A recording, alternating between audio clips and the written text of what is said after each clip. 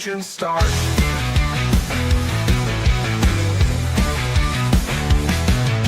In-depth words cutting deep as cleats. Every play analyzed heartbeat by beat. Interviews, raw stories unfold. Behind the curtain, the secrets told. The Golden Room Podcast, sweeping the game from the 50-yard line to the Hall of Fame. Breaking it down, tearing it apart. The Golden Room Podcast, where legends start. Welcome in. It's the Golden Broom Podcast. I'm your host, Cody Slavinsky, joined as always by Vandy Chris, and tonight we have a special guest, the only man in the world to have a song featured at WrestleMania and have a pet alligator living in a kiddie pool, Mr. Jeff McCool. How you doing this evening? I was going to say, there's a lot of people who've had a song played at WrestleMania, but that follow-up part makes that a factual statement for sure. Man. So last time we had you on here, you were talking about winding down the music and all that, and you talked about, really you gave a story of your life pretty much. It was awesome. Very fun show. And you were talking about, your sister getting potentially back into wrestling, and then next thing you know, like a week later, so now she's going in the Hall of Fame. Now we see she's joining WWE LFG with her husband. Man, like, what's going on in the world of your family? That was wild, too, because I had no clue that she was getting into it at all. And I had no clue about the Hall of Fame thing. I was just saying, I was like, yeah, she always stays in shape, and I'd love to see her get another run. But, no, it's cool to see her back. I mean, she's so passionate about it. So it's cool. And hey, fun fact too. This is wild. So one of the contenders on LFG is the daughter of one of my best friends I played football with in college. Okay. Hayes. Okay. Jameson. Yeah. I just know her as Haley Montoya because her dad was a D tackle with me in college, and we've been like freaking frack for 27 years now, and it was just wild. I was like, dude, is that your daughter? He's like, yeah, I didn't want to say anything, So, but yeah, it's just a small world when you get into that whole athletic talk. For real, it's crazy. Yeah. Mm-hmm. Man, that's absolutely amazing. So let me ask you though. So have you heard anything about the one guy that's on that show that's had the dark web stories going on? No, I haven't. I've watched a lot. I've watched a few of them, but no, I haven't heard anything about it. All right, so there's a guy on there, and he basically, his name, Shallow Hill, that's his wrestling name, and he basically. Okay. Go ahead. So, I'm familiar with now. He bought some shoes off the dark web, and it was basically just really shady. And then he gets the shoes in the mail. They're covered in blood, and they have a videotape on there. And it's basically saying, like, you have to send me shoes. You have to, a person, get their shoes and send them back to me. Well, the site goes down, but he's getting all these cryptic messages sent to him. He finds out there's a tracking device in the boot. So there's a SIM card in. Oh, yeah. He gets a phone, puts a SIM card in, and there's a number in there. So he's able to text this person. Come to find out, this is a person that had actually bought the shoes previously and was trying to figure out who this shoe man was. And the website gets taken down. It pops back up. And this guy's name is now on the site, and his shoes are on sale for $750,000. What? That's great. I do know. Yeah, that's wild. I do know that he's like Mensa genius, like as a person, though. Yes. So I'm like, I'm sitting there thinking as you're telling me that, like, I'm surprised he couldn't just figure it all out because, he's brilliant. Yes, absolutely. I mean, I think he went to like Stanford and all that. So obviously the brain is there. We know that. But it's one of the craziest things. And obviously, that is wild, man. So is that as crazy as the story with, who is it that's stuck in Britain right now because he forgot his passport? Oh, yeah, Drew McIntyre. Yeah. Oh, is he over there right now? Yeah. I haven't followed a whole lot. I mean, since Hall of Fame, and I'll keep up with what Michelle's doing and whatnot. And I watch their podcast and everything. And I hear little clips and I watch all the excerpts. But being stuck overseas without a passport, not fun. I mean, that's not fun by any means, for sure. apparently him and his wife went over there together. She was able to come back home, and supposedly she's getting his passport and flying back to England to get him his passport so he can come home because he's got the big event coming up this weekend. Yeah, I got SummerSlam, right? Yeah. Him and Logan Paul are wrestling Jelly Roll. I just heard today that SummerSlam is now a 2-day event. Like, I was like, dude, the money that company's making is absurd to be able to just sell out everything twice now. Like, that's crazy. 2 nights in a row. Because I get it. I've been to several of them, and that one in Vegas back was that March. It was it was nuts. The amount of people, it was crazy because Vegas has got the Mac Center, the UNLV, the big. They got the stadium. They've got a couple coliseums, and then they've got like they've got like 12 arena type deals that hold at least 3,500 up to probably 12,000. And there was some sort of WWE event going on at every single arena there, packed the whole time. It's like it was crazy. It was really crazy. But MGM was the place. MGM used to be the place to go, and now it's the low end of everything. Yeah, I was gonna say now MGM's like the places that we would go stay if we went out there because they're they're down here now. It is nuts. But I mean, like, kudos to what they've built to be. I mean, Hall of Fame. It's crazy. The McAfee show over here, and then it's like.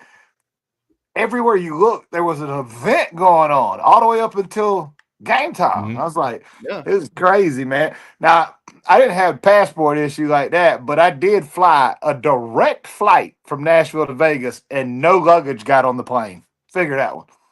That's wild. So I show up in Vegas with no luggage at all. And, it's like, they're like, well, you'll get your stuff the next day around 2 or 3 p.m. I'm like, bro, like, we got to be. So I'm out there trying to shop and find. It was a mess, but that place was a zoo. I mean, a zoo. Okay, so let me ask you. It was fun. With SummerSlam, one of the headline events is Jelly Roll stepping into the squared circle. I got to ask you, would you ever consider doing something similar to that and crossing over and jumping in the ring? No. First off, I'm way too old. Secondly, it would take me it'd take me some time to physically get able to. I've always enjoyed it growing up and whatnot. I mean, there were times that I could have seen myself in my 20s or whatnot being a valet. Like even though I was an athlete, I liked Jimmy Hart and Paul Bearer and Paul. Hey, like I liked the mouthpieces more than I did some of the stuff. That was just because I'm a trash talker. So I figured that was But nah, man. But kudos to him, man. Like apparently he's like really been training and getting in there. Everything I've seen him do in promos and whatnot, he looks like he's been in the ring. So and he looks great. So yeah, I'll most likely I still get the pay-per-views generally, and I feel like if I watch like SummerSlam, the Rumble, and Mania, I can keep up with wrestling for the year. You know what I'm saying? It's true. It really is. I mean, you don't miss anything. You see, you've got the perfect angle though. Michelle could get involved in something, and you could come in as big bro and protect her. No, that'd be cool, but that just I could barely walk around my property and get everything weed eated without having to ice my knees, much less having to do that. Yeah. Hey, so speaking of, let me ask you real quick. I saw your new song came out, Bourbon Street. Did you record that on your property? Yeah. I thought you did. I was like, that's pretty cool. Yeah, it was funny, man. It was one of those things, like it was kind of, I was kind of poked by a lot of my buddies and pushed to the point. I was like, I don't really rap, but it was just like, just do it just to say you did it. So I did this rap project, and it is what it is. But it was fun. It was kind of like a competition against myself to see if I could do some stuff. I thought you did good at it. It all sounds like something from 91 to 93 on the stuff we grew up with. So, it's not like I'm trying to target the young kids, but it was fun. Yeah. We're actually shooting a video out here Tuesday for like Okay. some real music. I got you. Got you. Okay. Yeah. Staying So busy. Nice. so one thing I didn't get to ask on the last time you came on is you've got this somewhat of an alter ego when it comes to music. You have the nickname Brahma Bowl. How Yeah. did that come about? What It does was that represent? it's crazy because it was somebody. I can't even remember exactly who it was. I remember the night it happened though. There was some rowdiness that went on in a bar, a venue, and I just kind of came unglued, and it was the whole "he's a bull in a china shop" thing, and I just wanted to run with my name forever because just like Michelle, I was like, it just kind of it works. And it Mhm. just kind of stuck with the people that were around me. And I was like, if I'm going to be a bull, I'm going to be a Brahma for sure. And I'm like, here I am, the rocks already got, like, it was so corny. And it just it just became one of those things. I mean, I didn't choose it per se. It's like anybody, I feel like anybody that gives themselves a nickname's a dork. It's like, Yes. I'll say it on here. I don't really care because it's been 30 years. We had a dude in college, and he was just he tried too hard. He was just a good guy, but just tried too hard. And back then, one of the slang words is like, "This dude's just a pud." You remember that? Like he just I so we remember that word. Yes. so we called him Pudley. And we called him Pudley so much that the first Christmas he goes home and he comes back from Christmas break. He takes his shirt off in the locker room, turns around, he's like, check it out. Shoulder blade to shoulder blade. Pudley tattooed. I was like, what up, Chris? We called him by his name the rest of the time. I was like, that's why you have the nickname. You do stuff like that. You don't try, just accept it and roll, bro. So for the rest of we just called him Chris forever. It's like to this day, I'm like, man, I wonder if you ever got that covered up because that's hard to explain when you're 48 years old. Like, I got this because they called me that in the locker room, and then they stopped calling me that 3 weeks later. If he got married, I wonder if his wife understood it after a while. Dude, there's no way he went through life without covering that up, and it was gigantic too. It was like the one from the movie No Regrets. Oh God. Golly, with Jennifer Jason Aniston and them. Sudeikis and Uh-huh. yeah. Yeah, Jason Bateman. I forget the name of it, but it was one of those like big, but it was across his back, and I was like, bro. We Are the Millers. That's it. Yeah, and I was like, Yep. that is why you had the nickname. You're a pud because you do stuff like that. But so yeah, I've just always been one of them. If you give yourself a nickname, it's like, unless I get it, like if you're wrestling, you need to give it's things of that nature make sense. Yeah. Yeah. But nah, it was just kind of given, and it just kind of stuck because, I mean, all my life everybody was like, "What up, cool, cooler, cool." Like that was just kind of the whole thing. So Mhm. I never really had a nickname, but we ran with it. Well, at least your last name can give you a good nickname, though. Yeah, but Like, it also sucks growing up too because you got to live up to a lot of standards. Like not Uh-huh. necessarily standards, but it's like I remember being at I was like 10. We went to Florida State baseball camp. You send the kids off for the week, whatever, and a bunch of middle schoolers and high schoolers there, and they would bully us and pick on us and stuff like kids do. And I remember one of them grabbed my hat and took off running. I just remember hearing him down the hallway saying, he looks in it, we all had our names in them, written in them. He's like, "This dude thinks he's MC Cool." I'm like, "You dumbass!" Like there was stuff like that all the time. It's just like, bro. But yeah. I think if I'm not mistaken, I think Michelle was like trying to think of gimmicks or make something. I don't remember, and I believe she was just told like, "Nah, just run with that because it's cool." Mhm. I'm about to say, yeah, it worked I wish out. I'd have stuck with it too. It's But literally cool. it's, yeah, I said that in a song one time. I'm the coolest of the coolest. It's legit in my name. I like that. Yeah, like you got at some point you got to run with it and you utilize it. What up, kid? Well, yeah. There's some of my music folk in here. What's happening? Okay. Yeah, I had the worst nickname of all time. When I played football when I was younger, I was a defensive tackle, and my coach, he said I was just like aggressive like a rabid dog, so he called me Slobberinsky, and I hated it. So once we got to the locker room, though, someone said, "We're gonna call you Slobbing on my Knobberinsky," and I was like, "I'm done, man. I'm done." We had a dude at Cincinnati, and I still feel terrible for this dude. they called him Blau because every time he talked, his breath was like Blau right in the face. Like it was just terrible. So they called him Blau. Like that was his name for the entire time he was in college. I'm like, bro, yeah, I saw some terrible nicknames, and they were rough, bro. Then once you got it from the older boys, you weren't escaping it. Oh yeah. So Nah, speaking of no. bad breath, let's talk about the new Happy Gilmore movie. The bad guy had bad breath. I mean, that was good. Oh yeah, that's right. That was the whole thing about the dude trying to pitch the other league to him. Yeah, that was funny. My favorites throughout were the John Daly Bad Math.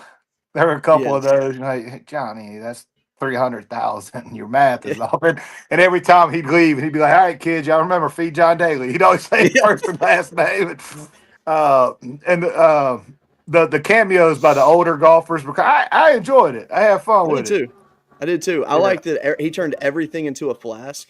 There were some creative ones. Yeah, the cucumber in the supermarket just right out the gate. It was pretty good. I think the most accurate part of the movie was his new happy place when it's him sitting on the toilet scrolling his phone. Yeah, because it gets no more accurate than that. That's all of us these days. It's crazy. Yeah, I thought they did a good job with it, man. I really did. Yeah, I think they counted like 84 cameos in the movie. There's no way they could have credited all of them. It was crazy. No. You'd see somebody in almost every scene, like bang, bang, bang. Oh yeah, like Rob Schneider riding by on the tricycle doing "You Can Do It." That was it for me. I was like, I love how he always references a line or two from old movies and brings in. I was just reading a thing today. I saw an interview. I was watching him. He played with Bryson the other day. Bryson does that series, Let's Break 50. Have you seen that? Yeah. It's pretty cool. Mm-hmm. So yeah, Sandler on there, and I was watching it, and he said that Shooter McGavin was actually a tie-in from one of his previous movies. That the father in the movie, I can't remember which one it was. His name was something McGavin, and he said so. We sneakily put something in every movie. But those You Can Do It and all that, that was awesome. It's like, because those were part of our childhood, man. Like, absolutely. Right. Yeah, I'd like to hear some Billy Madison quotes in a few of them too, because that movie was just on repeat when I was in college. Billy Madison's one that I would like a follow up on. I feel like he could run it back. I do too. I think he could. I think he could run pretty much. Well, a lot of them back. I mean, 50 First Dates was a great movie, but I don't see a sequel with that one. Yeah. But no, all his early ones, I think.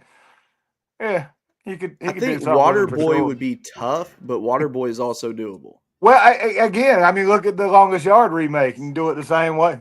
Exactly. He becomes the crazy coach, and you get a lot of new young cats, and because the Longest Yard, in my opinion, still I think it's one of the better remakes ever. Absolutely. Because just the way they did it, with Burt still being in it and some of the originals, and they didn't get too far. I mean, it was far-fetched, but I mean, they didn't get too far off of the original script. I thought they did excellent with that one. But because I'm pretty highly against remakes and sequels from stuff from my childhood, and because they've butchered so many of them, and now they're doing Goonies too, and I'm not real happy about it. Yeah, I'm with you on that one. So, and what's crazy is I know the people that are doing it, and I'm calling them like, listen, if y'all gonna do it, I mean, Spielberg is doing it, so there might be, but Average Joe's, who I used to be on their label, we're all good friends, Colt Ford and all them whatnot. They're the ones actually producing and doing all. They've been in TV and movies for a while, so I'm about to text him and be like, look, if y'all gonna run with it, I need to be the grown up Chunk or Sloth or something. I need a cameo up in there because man, that's one I've always said. You don't touch Goonies, dog. Like, yeah, I mean that one's legendary. So for me, Waterboy would be so easy to do a sequel to. I think so too. Waterboy 2. Did they get married? Yeah. Did they have kids? Exactly. Maybe his kid becomes an athlete. Waterboy. Yeah. Yeah. That would be so easy to do.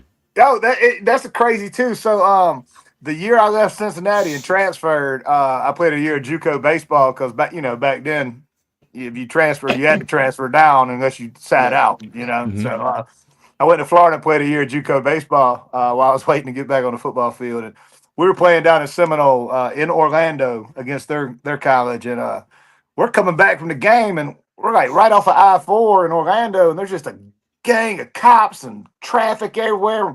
We don't see a wreck. We don't see anything. We're in a team bus. We roll past, and cameras and everything, and what do they call them? Anyway, all the equipment right along. Adam Sandler's just on the side of the interstate riding the mower. I was like, what is going on here? Then of course, Waterboy came out because they filmed all that down there at the Citrus Bowl in Orlando. Makes sense. But yeah, we just saw him on the side of the road. I was like, that's random. And then, of course, the movie came out, and it was, made all the sense in the world. But yeah, I think that would be an easy sequel, man. Yeah. They get him and Vicky Valancourt. They have a kid. Yep. That's where gotta I'm find out. Yeah, absolutely. You got to find out.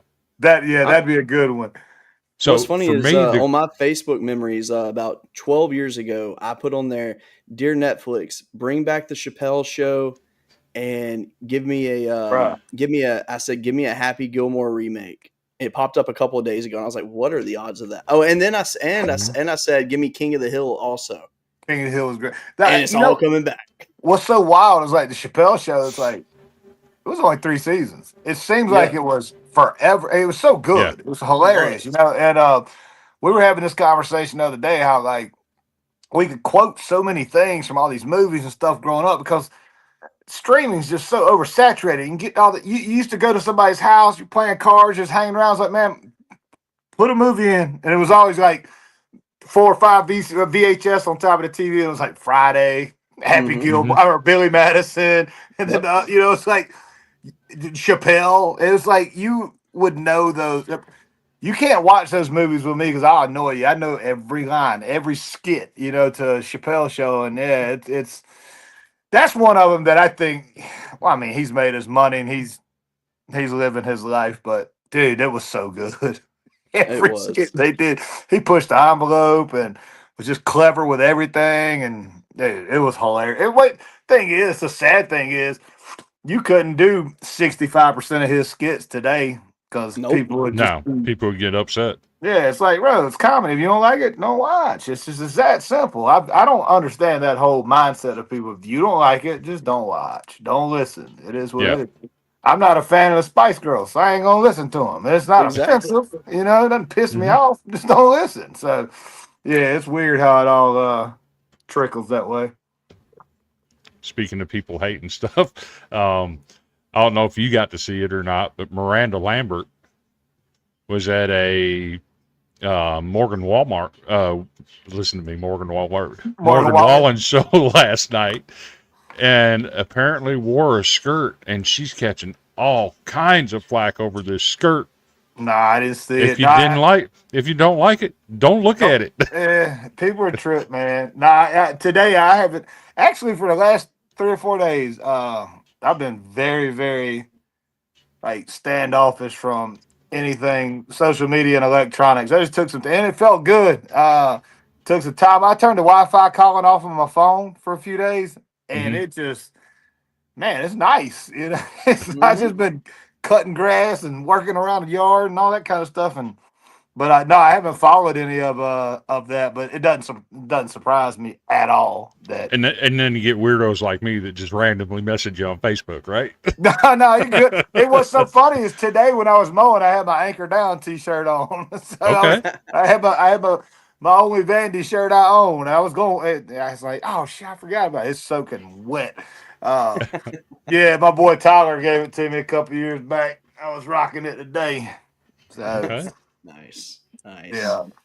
So back in your playing days at the University of Cincinnati, you had a coaching staff. Whew, man. Talk about the influences that coaching staff has had on you.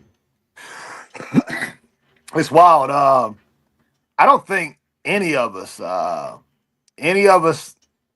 understood until the last probably decade how wild that staff was. Because, I mean, I go back and look. I can pull out a media guide just to check. So that's been 30 years. So good. How old is Harbaugh now, John Harbaugh, Coach Harbaugh? He's probably mid-50s? Got to be mid-50s. No, I think he's 60. or close to it, 62. So yeah, that was the thing. It was like we go back and look, and man, Harbaugh and Wink Martindale and Joker Phillips and Rex Ryan and all these they were all in their early 30s. Like they were young, so they were establishing themselves, and they were such players, coaches back then. Like they were all just cool. I mean, super cool. You know what I mean? That we didn't even see the significance of what we were being coached by. You know what I mean? Like, had I stayed there my last couple of years, I'd have probably learned 10,000 times more than what I did moving forward, because I didn't realize that, hey, man, yeah, it's tough out here and throwing against a Rex Ryan defense, instead of just saying, I should probably be learning off of playing against one of the best defensive minds to ever step on a football field. The whole family, his twin brother and his daddy. But no, it was it was a loaded staff. Sam Pittman, he went on to be the head coach at Arkansas, and Joker Phillips went to be head coach at Kentucky. Then you had Wink Martindale, D coordinator at Rick Minner, our head coach. He spent time, and in fact, his son, who was just a ball boy, Jesse, he's the D coordinator with the Chargers now. So it's just, I'm like, bro, I'm old, first off. But secondly, outside of my quarterback coach, he went into the scouting world. He was scouting, I think, for the Bengals, actually. He stayed local. And then Bob Wiley, our offensive line coach, he went on to coach in the league too. But there was only one coach from that staff that just hung it up after a couple of years. It wasn't for him, and he went into a different route. But everybody that was on that staff, I mean, blew up. It was really cool. And then you got people like Chris Hewitt, who played with me there. He's been a defensive backs coach with the Ravens for Harbaugh for several years, and so, man, there's so many tie-ins and that from that squad. And then you just walk across the street to the Shoemaker Center. You go into practice, to basketball practice. You can just sit there and watch Bob Huggins all day long with Kenyon Martin, Danny Forts, and Reuben Patterson. And it's just and Oscar Robertson's at every practice. I was like, dude, it was crazy looking back at it. But as an 18, 19, 20-year-old kid, you don't understand the significance of that then. Or I didn't, because I watched Animal House right before I went off to college. And I thought that's how you're supposed to live in college. So I didn't understand any of that. And then the program, you remember the movie The Program? Yeah. Oh, yeah. So that was my first actual given to me nickname in college. They're like, man, this dude's Joe Kane. I was like, oh, the quarterback used to get drunk and fight every night? Like, no, I can't. Y'all can't give me that stigma, but they did. So that ran with me for a while up there. But yeah, dude, I had no clue. And then on the other side, too, like, the baseball squad while I was there, Kevin Euclid had a pretty decent career, and it's like, see, that was the time too. It was always just a kind of, for lack of a better term, a shit on mid-major. And then that 96 to 99 period is, hey, went to the first ever college bowl game. Had Kenyon Martin not broke his leg, I'm pretty sure they'd have won a national championship that year. They were untouchable. If you break your ankle, blow your Achilles, everything else on earth, and then 3 months later still taking number 1 overall in the draft, like, you're a beast. You know what I'm saying? Like, because especially with Achilles too, like, what? Oh, yeah. But so seeing what I saw there was just, now looking back, I'm like, man, that was crazy. Like, Dion was with the Reds. He'd come over and shoot hoops. Now that was cool. I was cool with that, because he was already at this peak of aura, It's like, and I tell people this too, man. I've never seen a human move so fast in person in my life. And it's just on the basketball court. It's like, bro, like, out there playing pickup with all of us. I'm like, this is absurd. I tell you a funny story about him, though. So one of the guys asked him, because, football in the off season, that's all we did was hoop all day. I mean, we just go to the Shoemaker Center, just hoop all day. We didn't go to class. None of us went to class. It was terrible. We just played basketball. And somebody asked him, said, hey, I don't think they even called him Prime. They were like, Dion, like, you really ran a 4.2? He's like, yeah. He said, I got more in the tank. They were like, what do you think you can run on your best day? And he stopped. He didn't miss a lick. He looked him straight in the face. He's like, Well, I just run as fast as I need to run to catch who I'm chasing, and I run as fast as I need to run to outrun who's chasing me. And just walked off. I was like, that's probably true. He probably doesn't know exactly what's adrenaline's going. What he probably doesn't know how fast he truly is. Because I don't care who you are, getting on a clock, you're not going to be the fastest. You're not going to be as fast as you are Yeah, during a for sure. game. You're not. And Oh, absolutely. but watching that dude just move left to right was like, who's got the battery? Like, take it out or stop with the like. It was like a video game, bro. He was so athletic, man. So athletic. Seeing the Titans got a undrafted free agent this year that's like that. When he was on the clock, he timed a 4.840 as a wide receiver. Yeah. You ain't getting drafted with that kind of time. But Nope. on the field, every time they throw a pass to him, the guy's wide open. Man, we had this discussion the whole time I was in Chicago the other day. We were talking about how some of the greatest.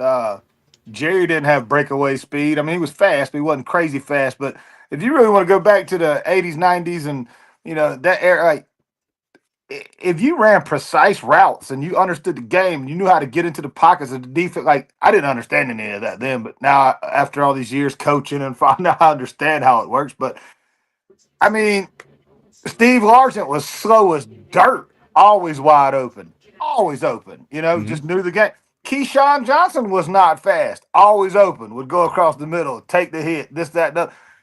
I mean, Ocho Cinco had the craziest footwork ever, but he wasn't going to make an Olympic team sprinting. You know what I'm saying? It's like, so the receiver position, in my opinion, is all about precision, quickness, and being able to get off the line and understand if your route's dead, not to run into another route or where to find that open hole. And some people just get it and some don't. And those guys did. It's like, I mean, for instance, I'm not a fan of him personally, and I hate it because he's a Bearcat, but Kelsey's a 4.8 dude, tops. But he just understands the game. He knows where to sit, knows where to get to that spot. Like, it's all about understanding your assignment. So, yeah, with that said, I hope the kid down there just proves them all wrong again and just shows them, like, hey, I'm going to get open. I understand the playbook and I understand what defenses I'm running against. And you can't stay. If you can't cover it, you can't stop it, period. Sure. Right. Hey, I mean, go back to that. I mean, hands down, take away the whole the yardage thing. Barry Sanders is the greatest running back that ever played a game. I mean, he's just, as far as all around running back, he was just that good. Barry hit his top speed in one step and he can cut on a dime. He wasn't fast. He wasn't outrunning people. He got ran down all the time. But he saw the field like nobody else. And those jump cuts into his lateral movement was just absurd. I mean, you give him, I mean, I'm not knocking Emmett. That's almost like the LeBron Jordan era. Oh, LeBron's got a gajillion points. He played 114. Like, just stop. Like, I see. Same thing. You can't say Emmett is a better running back than Barry. You can't. Give Barry that. If I'm not mistaken, all 5 of his offensive linemen are in the Hall of Fame. I mean, I'm pretty sure. I know 3 of them are for sure. Give that to Barry. That dude was up there running for his life for 9 seasons with Scott Mitchell and John Kitna. Like, come on, bro. There was no passing game, no nothing. So, yeah, it's funny how it all works. I mean, you just either know the game or you. I think the knowledge of the game can be such an advantage over just physical accolades. Oh, for sure. It is not talked about. I mean, for instance, I'm supposed to hate Brady because I'm a Steeler and all that stuff, and he's got all his rings, all his accolades. That dude was slow as dirt. Peyton couldn't move. They just knew so much before pre-snap, like they could read everything and knew exactly where they're going about 90% of the time. They didn't have to rely on crazy athleticism. So that it just proves to you like the smarts of the game just can take you to the other level, in my opinion. For sure. So you mentioned those guys. Do you think those guys would have turned out the way they did had NIL been around in their era of college? Man, it's hard to say because a lot of them guys we're getting paid just not this money. You know what I mean? Like Fred Taylor's open about it. He's like, listen, it's been so long now with NIL. He's like, they paid me well at Florida. You know, it's like he Yeah. talks about it candidly. I know there were some hoopers when I was in Cincy that were driving Navigators when the Lincoln Navigator came out in '96. Hey. They didn't have money. Like it just it is what it is. I don't know that it necessarily. That's a good question because I think ultimately kids have changed so much too. Like they're not these kids these days. You don't really see them out in the clubs and the party scene, and they're so focused on their body and year round. I give credit in that aspect, but you give them all this money and all this stuff right now as an 18, 19-year-old. I think it deters their hunger to go to the next level because some of Yep. these cats if they get their money and they do what they're supposed to do with their money and they're actually going to class and they understand and they learn business. And you give a kid 4.5, 5 million in college, he doesn't ever have to do anything the rest of his life if he's smart with his cash. So Yep. I don't know. I've been a proponent for some sort of pay for. I actually wrote my thesis on that my sophomore year. I wrote it on Title IX, English in Cincy, and I had said back then, I don't necessarily think the players need to be paid crazy amount of money. But here's what one thing that sticks with me to this day: we had a fifth-year tight end. He's from Oklahoma.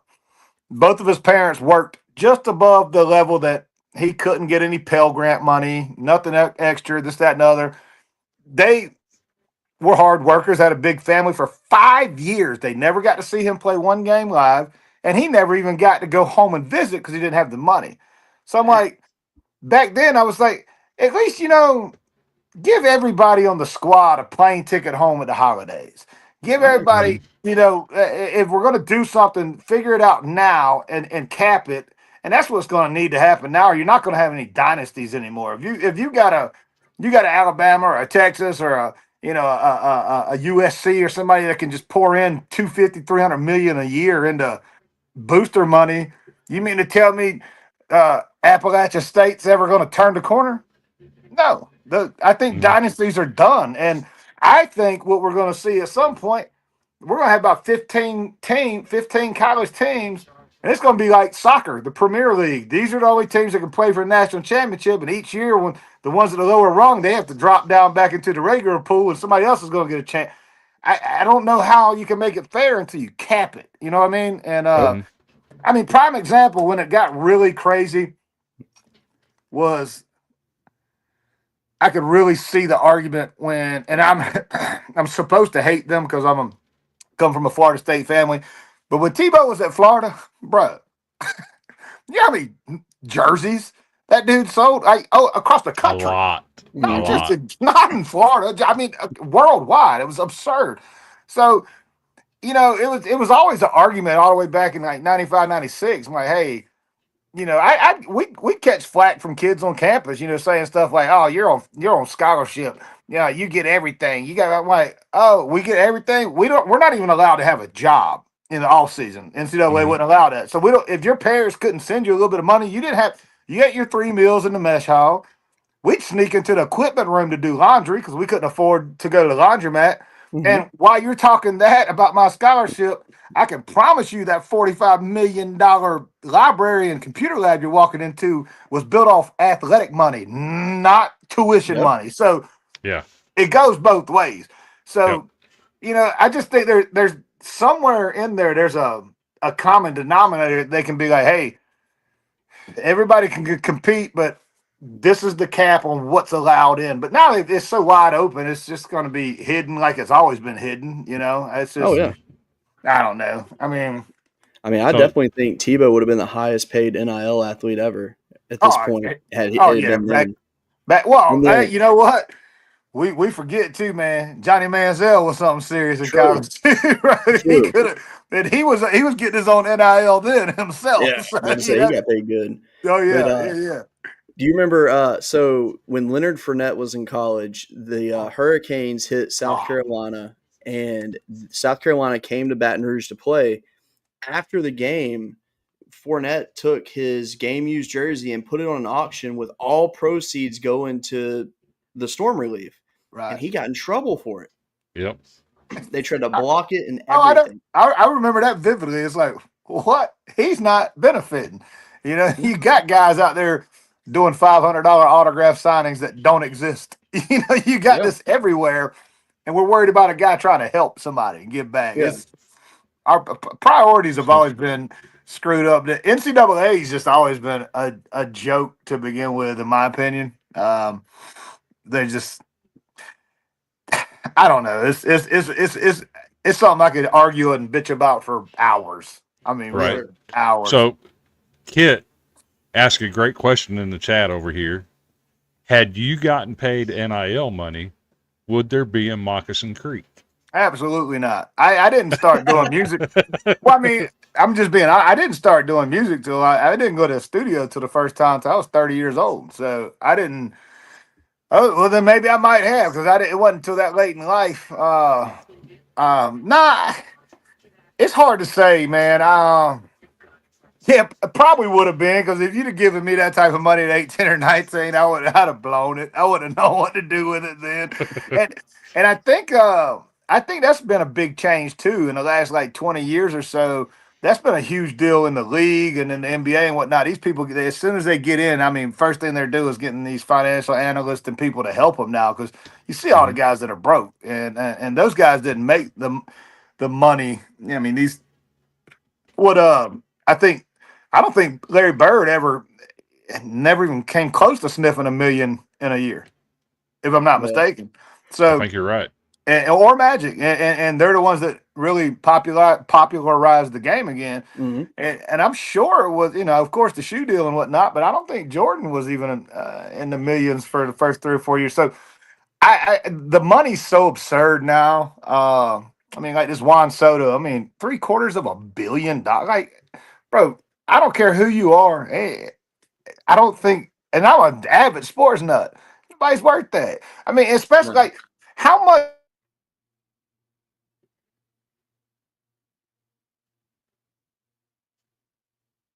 Uh-oh. Did he freeze on us? Yes. Hey, at least he's not making a funny face right here. This is true. No. Well, hopefully he pops back in. It's possible. That's actually what that seemed like it was. Yeah. It's all good. Hopefully he'll pop back in. But right. He said, "Be right back." Internet cut out. Perfect. Starlink flaked on us. By the way, I was not getting any notifications that we had any comments roll through. Any whatsoever. So when you were talking about comments, like, what? So I clicked it, and then it's like full. I was like, oh, here we go. Did you not have your comments turned on? I mean, I just didn't have that side opened up, so I just didn't know. Usually it tells me when like some come in, but not tonight. So let me look at some comments here and see what we got. All right. So first of all, Sarah. Hello, Sarah. Hope you're well this evening. Let's see. The dip in the water bottle.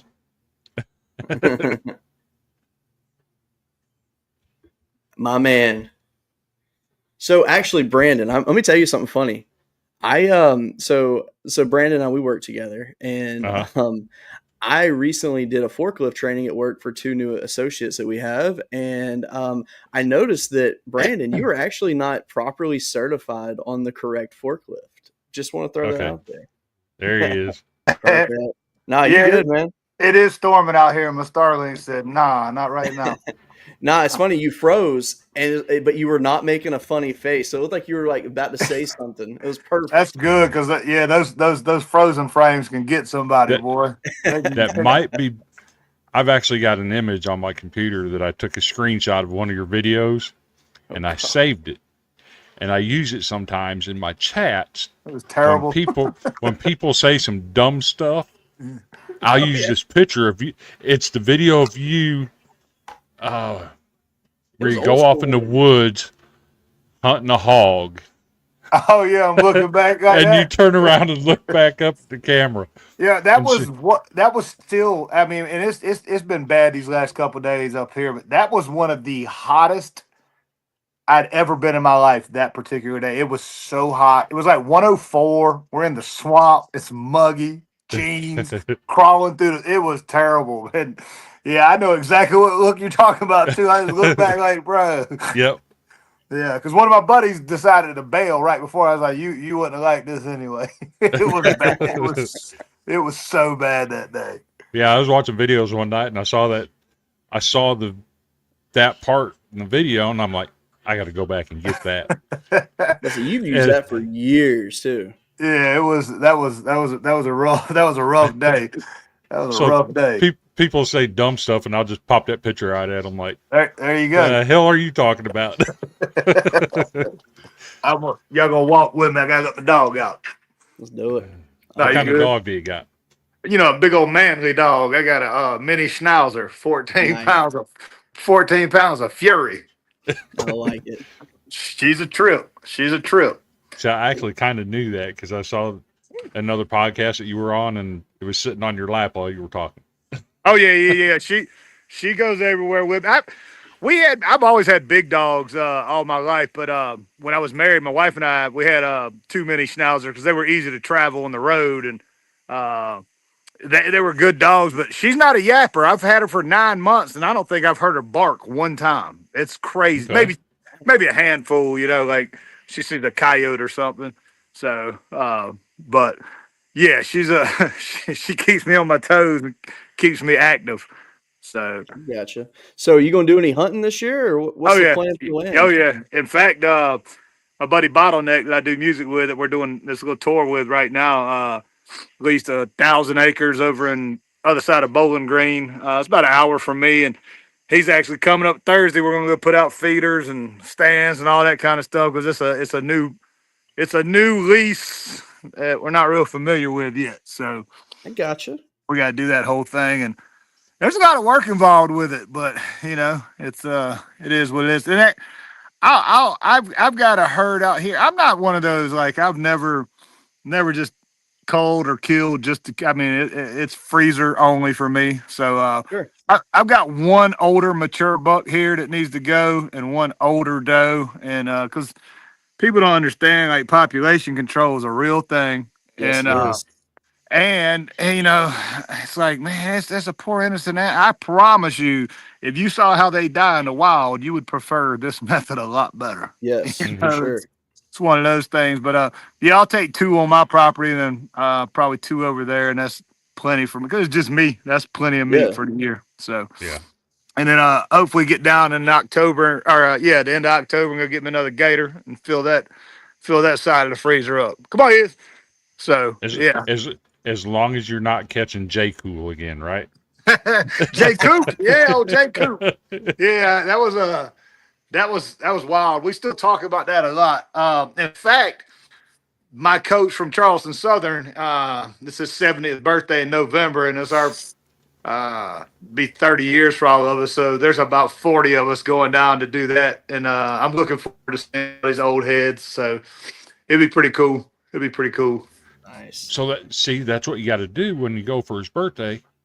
Get your big old gator and you barbecue it and put a sign over it that says J. Coop.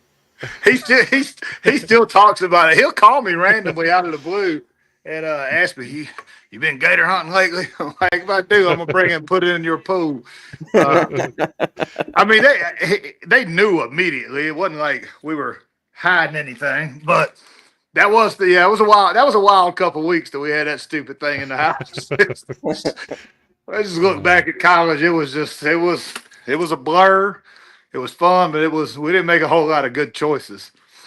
Gotcha. So let me ask you, with your new food truck coming up, so my big question is, first of all, do you have a name picked out for it yet? We're throwing around 2. Bosses was the first barbecue, ocean, soul food, and sides. That was the first. But I do so much Creole, Cajun stuff. Like I'm not sure. We're You still speak my throwing it language around a little now. bit. Yeah. I'm a gumbo etouffee making like that's me. Red beans and rice, jambalaya, the Yeah. whole nine. Yeah, that's my cup of tea. And then my buddy that's doing it with me, he's like a pit master barbecue dude, and I'm like, cool, you can have that side of the truck. We'll just roll with it. But I'm excited about it. This is like I said, it's something I enjoy doing and learning it. And I mean, I may just roll up to concerts and venues that I used to play at. And be like, hey, y'all come on out. I'm gonna be there. I'm just gonna feed y'all. I ain't playing, but I'm gonna feed y'all and hang out. So There you go. there's But a there's a there's a you know how well that's going to work. They're going to see you there trying to feed people, and they say, "Get up on the stage, get up on the no, stage." no. They gonna have to. They can't afford to get me up on the stage now.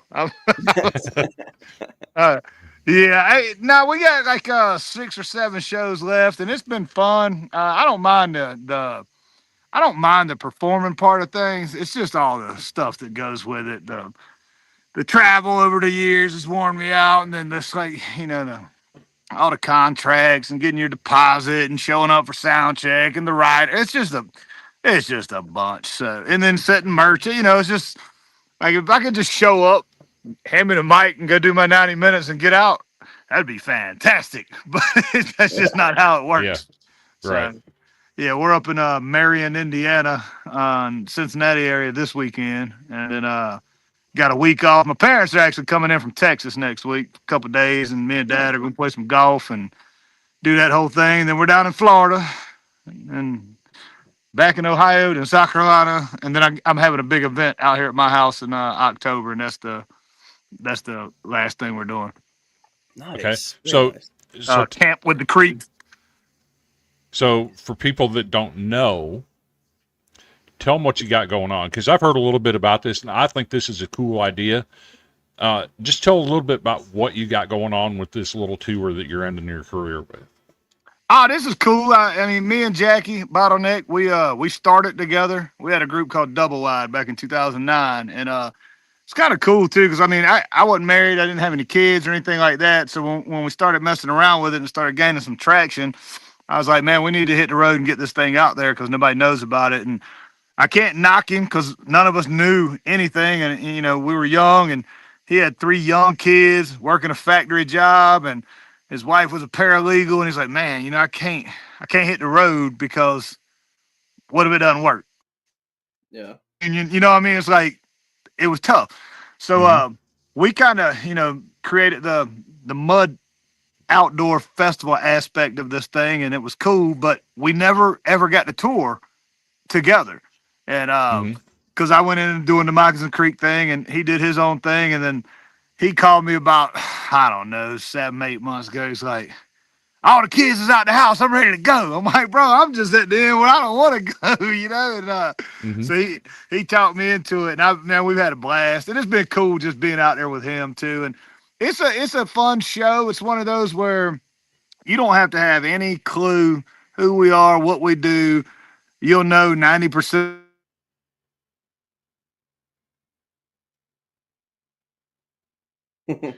Internet.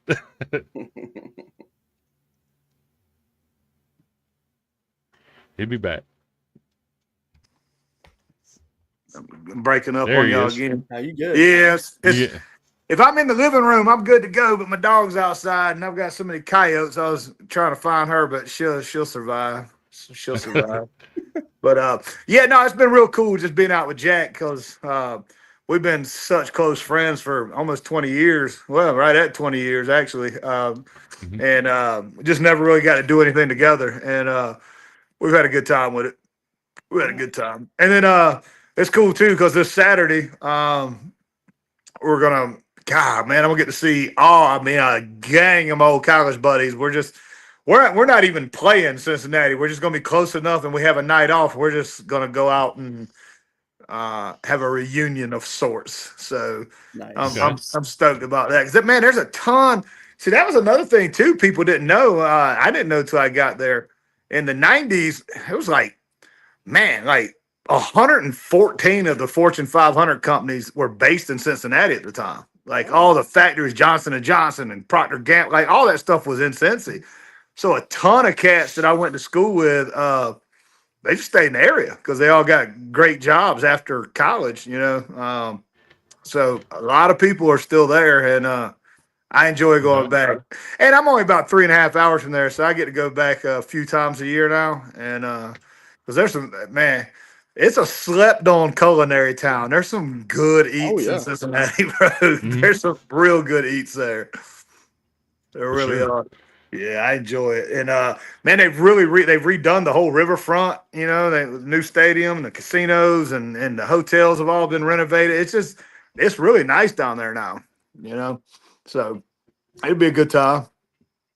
And also I should in the next couple of months. Speaking of the dog, it's being illustrated now. I've got a little 3-volume set of children's books I wrote based on the dog's adventures, on the stuff she gets into, and how they're very instrumental with mental health, because I'm a big advocate for that, because I've dealt with I've terrible anxiety all my life, but I was diagnosed bipolar when I was 19, and having to 20 years worth of learning that and understanding it now, and not having episodes like I did 10 years ago, whatnot. The dogs they're important. So the way it's written, I think, is pretty clever, and it went well when we started pitching it to places. So it's going to get put into hard copy, hardback. I think we're going to get somebody a child to do a audio book series as well. Okay. And so I'm stoked about that. I got a lot of coals in the fire right now. Just hoping one of them really lights up. See, to me, that takes you back to your roots a little bit, because if I remember your story correctly, when you first got out of college, you went back to Florida, got into some teaching, did a little bit of that. Then you started working on mental health stuff. I know last time we started talking to you, you were doing some solo stuff that was really self-introspection. Yeah. So that kind of brings it all together: the teaching, the mental health stuff, and putting it all in one package. Chris, it's funny. You had asked earlier, I might have got into music at some point, because I always wrote as a therapeutic escape for me. I just didn't know anything about music, and I think that aspect of me will still always be around. I can't say that I'll never make music again. I'm just never going to put the time into putting together like a project, like an album. I like writing introspective stuff, because it's for me. But you get those messages from people like, "Hey man, you saved my life the other night." Whoa, I didn't set out to do that, and it just it's humbling. It's just different, So I think it's cool that other people can relate, And I'm open about my whole past. I was an addict for 7 years, and I mean, I put my body through hell, and I'm open about it, and I hope it helps other people. But yeah, so I'll probably continue to do some of that for sure down the line, because it's good for me personally. Right. Gotcha. Well, hey, with your children's book, if you need a kid, I got a kid that loves to read, that loves to talk. I tell you what, when we get off, you got an iPhone? Yep. Shoot me your number when we get off, and I'll shoot you the rough of it. It's surprisingly pretty good. It's just the art is. I tried to do the art through AI. I don't have any clue about any of this stuff. It's great. So each photo, the dog looked different. So we got somebody that actually hand drew it, did that whole thing with the glove and the digital stuff, and so it actually I say somebody. It's she was my stepdaughter. I mean, we're still. I raised the kids for 15 years, so we're still tight. It's like.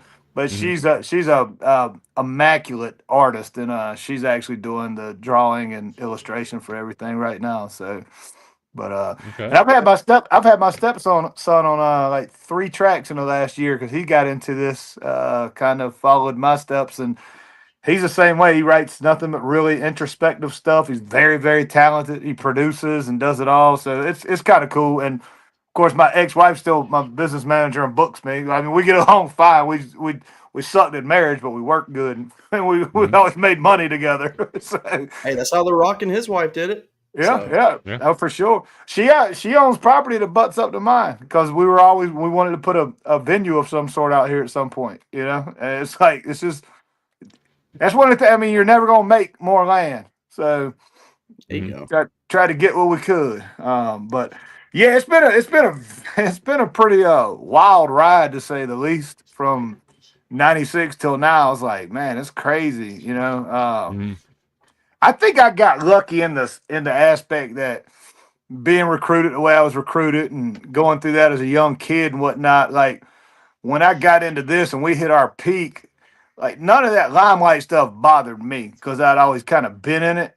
And Mhm. because I've seen a lot of cats that get thrown into it and get some success and they become somebody completely different, like because they don't understand how to do it. And that's I get it. They generally recognize that themselves over time. But Mhm.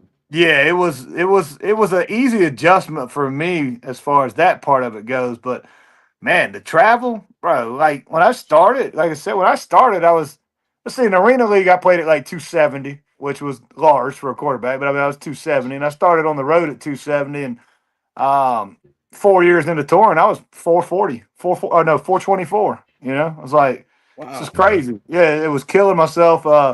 Being sedentary on a bus 3 4 nights a week, and you get into a town and you do your sound check at 3 o'clock. You can't eat because the show starts at 9. You don't want to be full. So when by the time you get out of the bar, it's midnight. You're starving. What's open? Huddle House, Waffle House, the Skyline. You know, Gold Star. It's Yeah. like so. It's just and alcohol, and it's like man, just packed it on. And then honestly, COVID saved me getting off the road, and I was Mhm. able to be like, all right, I got to do something, and we went through our split. I moved down to Florida. I cut my phone off. And I mean, I talked to my parents daily, whatnot. I didn't talk to anybody. I just got out there and started walking every day. Started walking and eating right. And after about 10 months, I was down like 80 and I got down to 120. And I was like, all right, cool. I started feeling better and started hooping again. And so I need to get back on that train. I'm pretty active now, but I tell you, if I don't know the last time you had to look and get a quote on some concrete, but man, I was looking at putting down like a 40 by 40 pad out here just so I could shoot, just so I guess. Might as well get the old Tamp and just beat the dirt down real hard. It's ridiculous. It's crazy how expensive concrete is now. Mm-hmm. So you mentioned the concrete and wanting to put a hoop in. So back around 2001, 2002, I used to install commercial playgrounds, right? Right? Well, part of that, we also installed basketball goals. Nice. Guess whose personal house, I installed a basketball goal at? Where at? Let me guess. What area? I'll give you a hint. It was near Ashland City, Tennessee. Oh, probably my brother-in-law. It absolutely was. That's he's always had a hoop wherever he's at. Come here, turd. Yeah. Honestly, I think you might have mentioned that last time. That's the only reason it hit me. Yeah, that's crazy. I've been real close. I've got plenty of room in my barn, but I need to lift the ceiling about 8 feet. You know, or Yeah. I can't shoot anything. I can't shoot anything outside of like 18 footers. You know, and, Okay.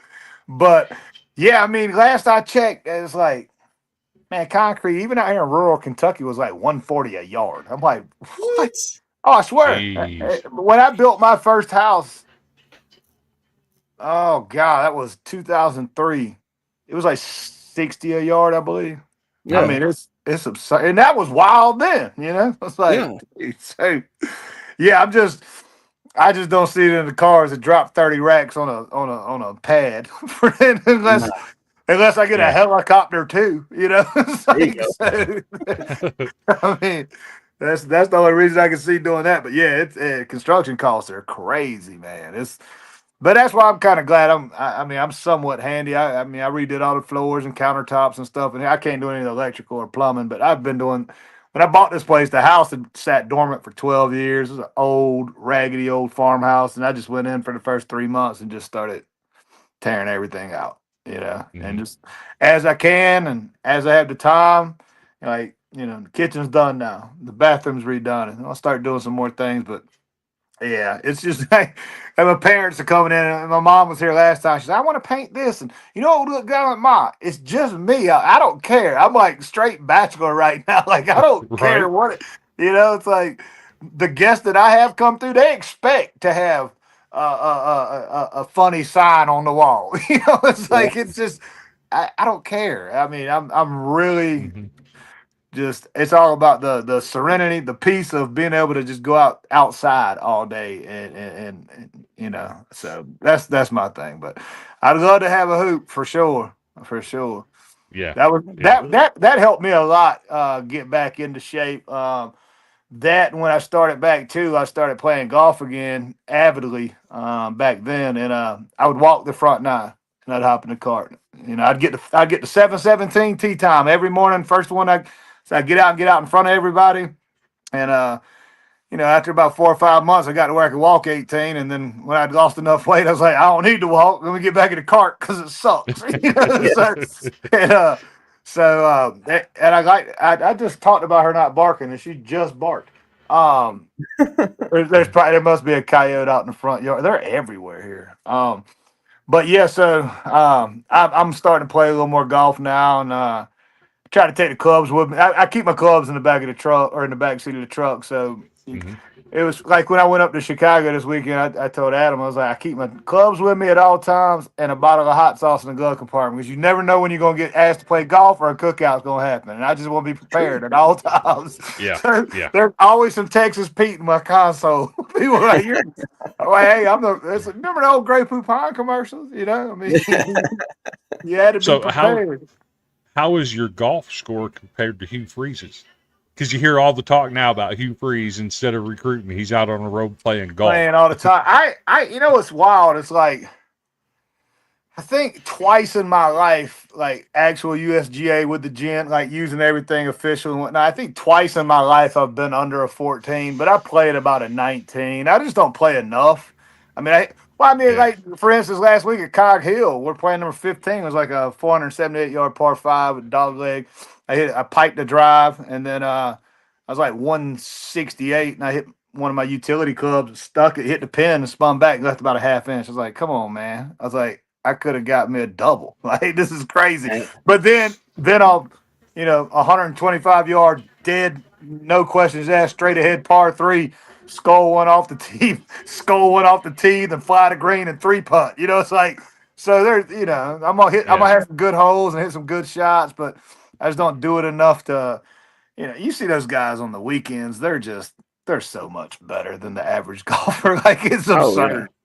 I had somebody say this the other day, or I mean, I watched this the other day. Um, Somebody asked one of the pros, said an actual twice a week golfer that say, 15, 16 handicap, which probably means he's probably a 20 to 22 because he only plays his own course all the time and can, Hmm. whatever. If you went to Augusta and had the chance to play and you had to play the tips like the pros and you had to play 1000% USGA or PGA rules golf, no fluffing, no nothing, no mullies, the whole nine, they're like, what do you think they would shoot? And people are like, 120, 130, 100. It's probably closer to 205 ish, really. If you, and they made a good point. Like, if you think about it, if you drop a ball in that rough, none of us three are going to get out clean at all the first time. I mean, you might hit Hmm. it 3 or 4, 8 yards, maybe top. So you got to figure you're gonna three putt at Augusta almost every hole. So let's call it 3.5 putts per hole. You're at 56 strokes just putting before you even stood on a Oh tee box yet. And Hmm. if you keep and then they were saying too with the gallery line and the whole nine, even if you hit say half your fairways and your three putts, and then you're going to have penalty strokes, and you're going to get it. You're legit going to shoot in the high 180s. I'm serious. Like they don't yeah. understand Hmm. like real golf rules. They're not at the local muni like we play. We don't play Hmm. even our Yeah. Thursday night scramble. We're getting a good lie. We're doing whatever. Like these dudes will take 100 balls and just go drop them in that 9-inch rough and just hit out of it all day long. We don't do that. We just go out there and try to pipe our driver off the tee box at the range all day long. Just call. Absolutely. So Right. yeah, I like the game because of the mental aspect and the fact that I know how good those dudes are. It's just Oh, a yeah. respect thing. Like they're on a whole nother level. I mean, it's Mhm. it's. I remember the first time I played Sawgrass down in Ponte Vedra, TPC. It was like the Monday after the tournament, so it was still cut for Sunday's round. So my Mhm. dad, I played with my dad and two of his buddies, and pulled up. He said, "I'll give you $100 bill if you don't 3-putt all day." I 4-putted one. I was like, there goes that. Like 4-putt at number one. I mean, dude, it was like putting on ice. Like it's crazy, you know. But Mhm. yeah, those guys are a whole different breed of muscle memory. I mean, they just do it so Yeah. much. You know, you hear about Oh, them yeah. hitting a couple thousand balls a day, and it's like, no. No. Well, I mean, I watched some video the other day of Steph. I think he said he hit 143 straight from the corner one day, and he plays a game with himself. He shoots Mhm. from 5 spots on the elbow, Mhm. the corner of the elbow, the top of the key, the 5 spots, and he can't move to the next spot until he hits 50 in a row. I'm like, you know how most humans on Earth would be there for 17 days, like, and just say, I got to stop. My elbow's broken. Like, you're not going to Yep. hit 53s in a row, but hit 100. I just saw him post video of Klay Thompson just a couple days ago hitting like 74 from the elbow, 74 threes in a row. Like, this is, they don't understand that muscle memory is just, it's absurd. And, hey, have y'all seen what Luka's looking like right now? Oh, yeah. Have not. Bro, hey, that dude looks like he's ready to play. Like that's the Oh, best yeah. he's looked since he's come in the league. Yeah. Agreed. Fully agreed. So Yeah.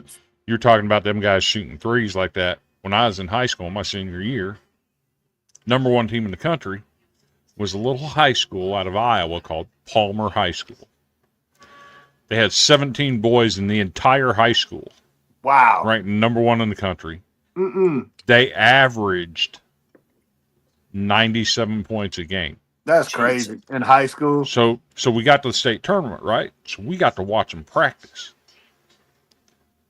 Every player on the team at the end of practice didn't have to make them, but they had to shoot 53 pointers 50? apiece. That's wild. Every player on the team. That's wild. Never seen anything like. They were good.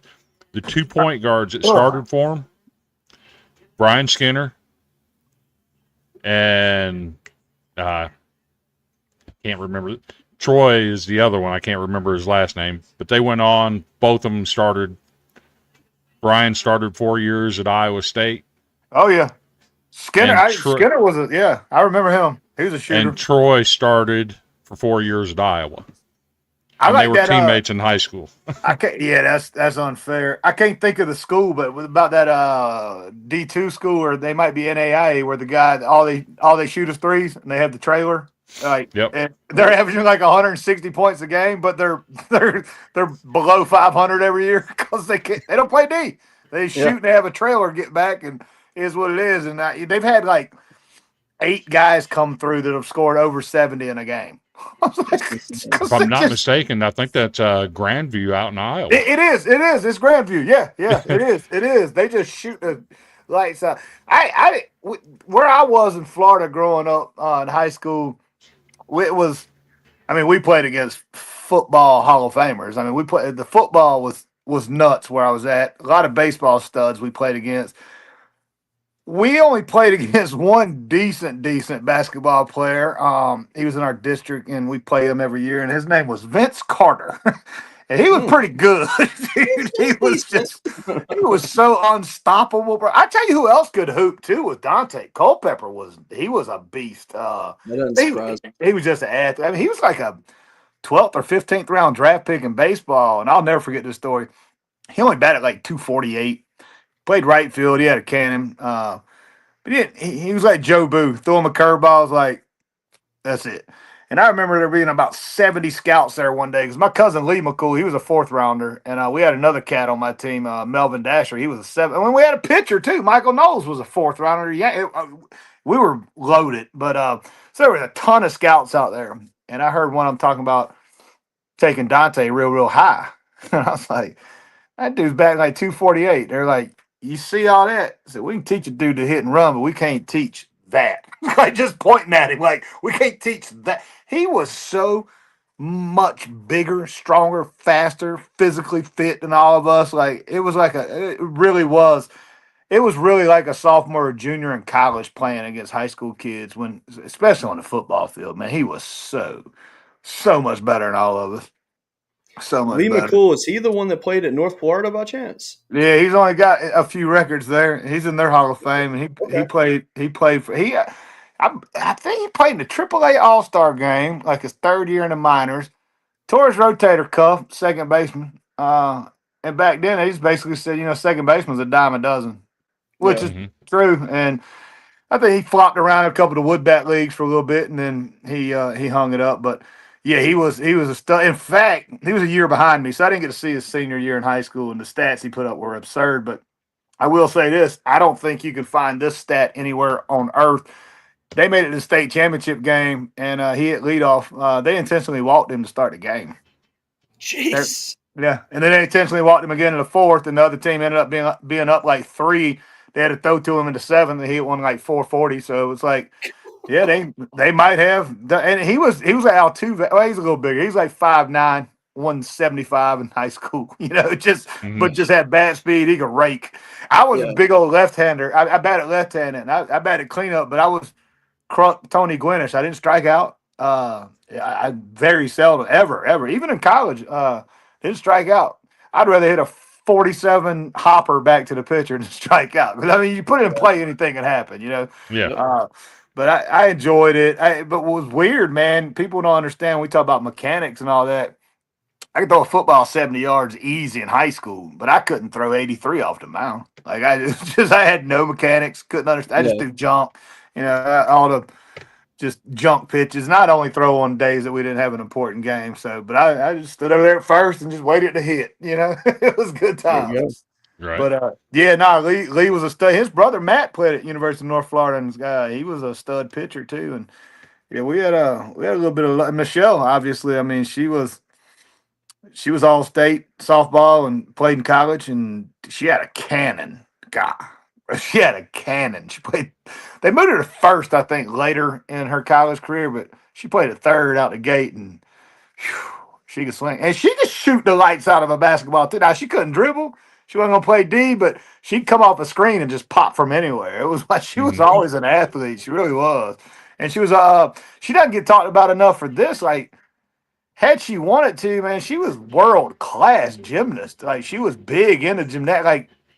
Like, big into gymnastics. And our other cousin on my mom's side, her and Michelle were really big into that. And my cousin Dana, she's an All-American, and I think she's in Alabama's Hall of Fame. She ended up transitioning from gymnastics to diving, and she went to Alabama and was a high diver. And yeah, so we had a little run there through the 90s where all the kids were all in college playing something. So the parents would always be like, "Well, where we gonna go this week? Who we gonna see this week?" So yeah, it was pretty wild. But I was always told them, "Hey, look, man, y'all just want to come watch me hold a clipboard? You can do that on ESPN. I would always find the coordinators. If we're on defense, stand by the D coordinator because they make a big play. They always flash the Rex. If we're on offense, I'm signaling anyway, so I can find the camera. Y'all need to come see me. Just watch the game. I'll be there." I also got caught on TV eating a hot dog on the sideline. Made the not top 10. Yeah, boy, I got so much trouble for that. Coach Minter called me in on Sunday. It was after Tulane. We played at Tulane. And I missed pregame meal. I think I snuck out the night before. I know I was a third string, red shirt. We went out and whatever. And so I missed pregame meal. Come halftime, man, I was starving. I talked to one of the trainers and I was like, "Bro, you got to find me something to eat. I don't care what it takes." He comes by. It's like a drug deal. He just hands me up a hot dog. I'm holding the clipboard. I'm taking bites behind the clipboard, trying to hide it. So we get back to campus, and it was like Monday morning. We had to go in for treatment and do that whole 9 that you have to do. Even if you don't play, you got to show up for treatment. I'm like, this is the stupidest thing. But they try to make everything team oriented, so I get it Yeah. now. McCool, come to my office. Let's watch some film. I'm like, all right, it's weird. I'm red shirt, clipboard holding quarterback. But it was, every now and then they would call you in during recruiting time and say, hey, you played against this kid last year in high school. Tell me what you remember about him, And I thought that was what was coming. Man, he pops in the tape, his plate is slow mo, just eating his hot dog. He looked at me, he's like, and you wonder why you got a weight problem. I said, I am absolutely sure I have a weight problem because I was eating a hot dog on the sideline. It's pretty obvious. Like, I know. I get it. Like, yeah, I was what they would call, I guess, a loose cannon. Like, but I had fun, man. I did. I had fun. That was all that really mattered. But I tell you, one of the funniest things about Rex. So we played in the Humanitarian Bowl, which is now like the Boise Potato Bowl. It was in Boise, at Boise State. Yeah. And we played Utah State when they had that crazy fullback, one of them Samoans, like Mufatala or one of them that went on and played forever in the league. But they weren't that good. But anyway, so it's like 2 nights before. We went out all week, It was like 2 nights before the game, and they're doing curfew at the hotel. And me and one of my boys that I ran with, he knew the deal. After the room check, about 10 minutes, meet me on the back side of the lobby. We're gonna catch a cab. We're going downtown. Man, we get out we get out of the hotel. We're all sneaking around. We come around the corner, about to wave down a cab. Look over Coach Ryan. He looks. I said, "Damn." He goes, "You ain't playing McCool. Get on in the car." We went out with the coaches and got wasted, dude, just trash. He's like, "You ain't playing, come enjoy it." And I was like, that's what I knew Rex Ryan was, that dude, man. Like I always loved that dude. But yeah, that was one of my favorite college football stories. Was not even had anything to do with football. It's like, come on out, man. Yeah, he was a trip, man. He was awesome. But yeah, we did. We had a staff. That staff was crazy. And right before I got there, Tomlin was a grad assistant and Urban Meyer was a grad assistant. Jeez. Yeah. I know. I was like, what? This is absurd. So, yeah, it was. I was trying to think if we had another one that I'm missing. But that seems pretty much. Oh yeah, Greg Hudson. He was our tight ends coach. He went on. He coached at Florida State and a couple other major D1s as a position coach for a long time. So yeah, they were loaded for sure. It was wild. Man. It's So absolutely crazy. we've been going for about an hour and 25 minutes. Oh, I want to give you an opportunity. A lot of your music now is dealing with introspection or whatever. You talk openly about mental health. I want to give you just a few minutes for yourself to put out a message that you can share anywhere on social media about mental health and what it means to you and about taking care of that. Oh man, the big thing is, I tell this to people all the time. I think men especially, we grew up in that era. I talk about this a lot. We grew up in that era where we were in locker rooms all the time. We're playing barbaric sports where this, that, and other. You get hurt, or if you saw somebody crying, it was, man, you'll cry out here. You just had to be so tough at all times. And looking back at a lot of those guys who used to talk like that, we've all been through it. Nobody understood back then that you could talk to somebody, but it wasn't that it was frowned upon. It just wasn't as accessibly available as it is now. And from BetterHelp to so many different hotlines and all these places, if you need to talk to somebody, talk to somebody. Anything can be 1,000% discreet. Just getting it out of yourself. I'm at a place though where I'm lucky enough now. Like if I feel things coming on, I got a couple people I can call at any time and just talk to, or I have some rituals that I can do outside through prayer and breathing and this, that, and other, and understanding, hey, it's about to pass in a few minutes, whatnot. But it's nothing to play with. at all. It's just the biggest thing is just accepting that it's okay and you're not going to be teased or laughed at. You know what I mean? It's like, Mhm. you could see somebody in a locker room back in the day if they were crying. A lot of times, people go, "Ooh, they'll cry, baby," or this, that. You didn't know. He might have just found out his grandma died. He might have just found. For most of the time, it was they were either getting cut or failed a test or were going to get in trouble. But I mean, people go through real things, and you don't know how to deal with it all the time. And we were in such a hardened environment back then. Not just me, I think just as a whole. In the '80s and '90s, men were men. That was the whole thing. And Mhm.